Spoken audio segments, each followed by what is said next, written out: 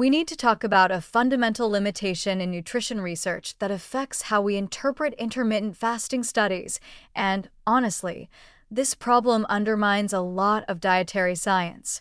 Most intermittent fasting studies are shockingly short, often just 2 to 8 weeks, and that's nowhere near enough time to understand real metabolic adaptation. Your body is incredibly adaptive.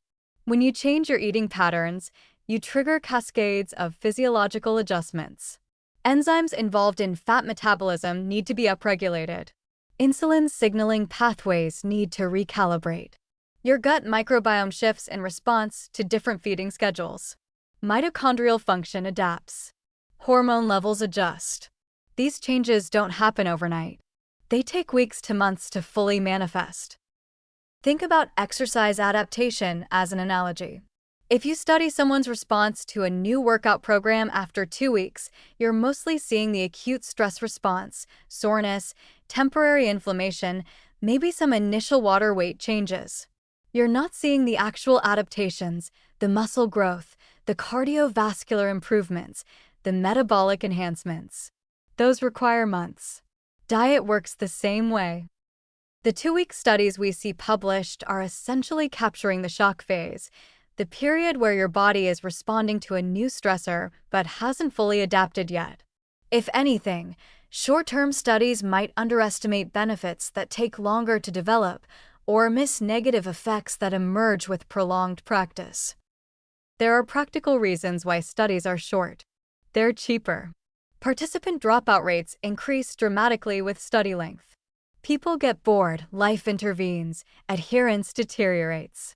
Getting funding for year-long dietary intervention trials is difficult. But these practical constraints don't change the fact that short studies give us an incomplete picture. We're also missing seasonal variation.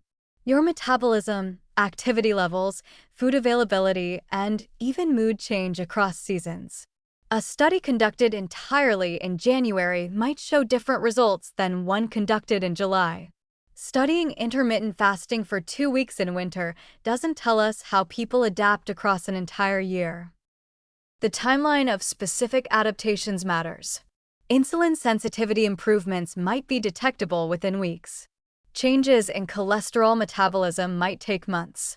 Effects on bone density or muscle mass certainly require longer observation. Cancer prevention or longevity benefits. We're talking years to decades. Yet we're making recommendations based on 8-week trials. There's also the question of whether initial responses predict long-term outcomes. Some people feel terrible in the first 2 weeks of intermittent fasting, but adapt and feel great by week 6.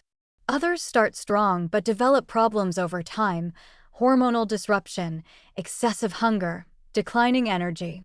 Short studies miss these patterns entirely. Adherence patterns over time are crucial too. Dietary interventions that seem effective in short trials often fail long-term because people simply can't maintain them. The 8-week success rate tells us nothing about the 1-year success rate. Weight regain after initial loss is the norm, not the exception, in dietary interventions. Short studies capture the honeymoon phase, not the reality of sustained behavior change. What we really need is more longitudinal research, studies following people for years while tracking a comprehensive set of health outcomes. We need to understand not just what happens in the first few weeks, but what happens after 6 months, after 1 year, after 5 years. Do benefits persist? Do they increase? Do unexpected problems emerge? Until we have that long-term data, we should maintain humility about our conclusions. The 2-week studies are preliminary evidence, hypothesis generating, not definitive proof. They can tell us whether something is worth investigating further, not whether it's a permanent solution to metabolic disease.